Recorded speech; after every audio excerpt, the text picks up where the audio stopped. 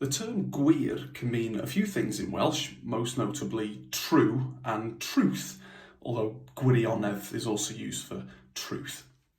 It derives from veritas in Latin, where the ending was dropped around the 6th century and the v or w sound at the start became gw in Welsh. It went into English terms like verify, amongst a few others. Back to Welsh, gwir is seen in loads of terms, including cywir, which means correct, cywiro, which is to correct, gwirio, which is to check or to verify, gwirionedd, truth, as I mentioned a little bit earlier, and gwireddu, which is another term for to verify or to bring something like a dream or an idea to life.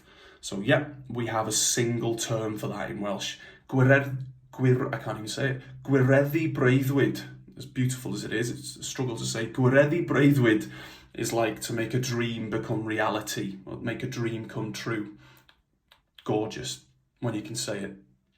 Finally, in more common speech, wir, which is the softly mutated form of gwir, is often used to suggest like really. It can be used on its own. Wir, really, truthfully, honestly, wir.